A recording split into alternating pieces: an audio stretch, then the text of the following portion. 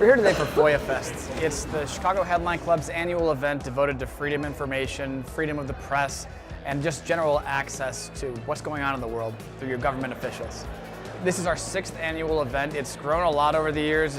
We tried it first with a few different events scattered over all kinds of places, and gradually we found that one day where everyone could gather in one place and talk about things one after another with lots of different types of panels was a really great way, and people really liked it a lot.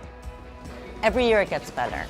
There's more attendance and the topics are always great. I learn something new every year.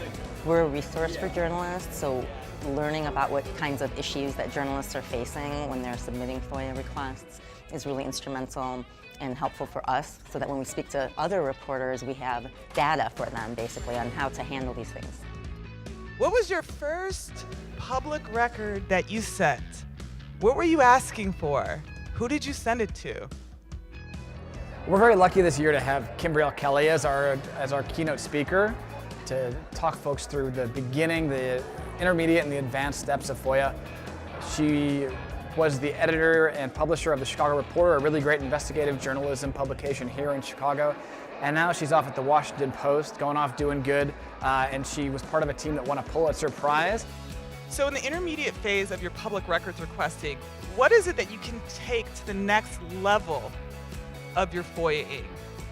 We had a panel of every Democratic candidate for Illinois Attorney General, a really important race this year that might not be getting as much attention as some other races in the state.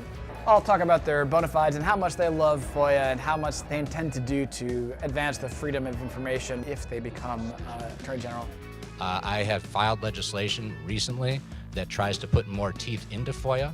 It says that every time that someone denies a FOIA request, they have to put $7,500 into escrow while that claim worms its way through this years-long process, because I believe that will make the governments take seriously whether or not they have a good challenge.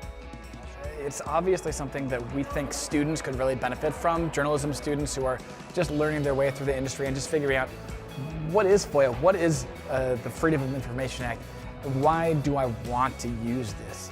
We get a lot of people, 2/3 or so, who are in their career, mid-career, late career, people who have used FOIA a lot, who might not have used it as much but want to learn how to do it better. So we love how much diversity we get. Just getting the information that I need to round out my story, and it was really helpful to have built that relationship ahead of time, so that otherwise I wouldn't have been able to finish my story and get a completed story done. This was actually my first time attending FOIA Fest, and I think if I stay in Chicago after graduation, I would definitely come every year and network and listen to what's going on in the FOIA world.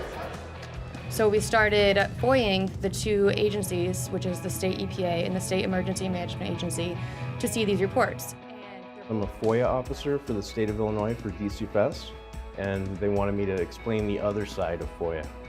A lot of misconceptions that young journalists might have about FOIA officers is we're just trying to deny their FOIA request haphazardly. What we're actually doing is trying to apply the law equally to all the FOIA requests we get, and hopefully that ends up with a fair result. They get the documents that they should get. They're able to write their story based on those documents.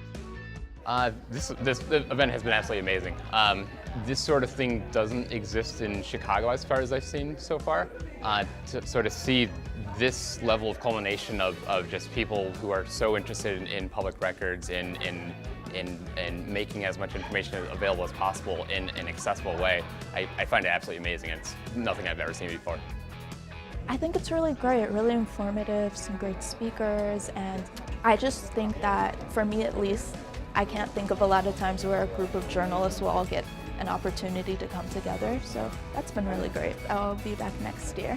I really think that this is the best thing that we do. I think it's the thing that I'm most proud of putting on, and just seeing people just like totally engaged with the audience there because they want to nerd out about this stuff.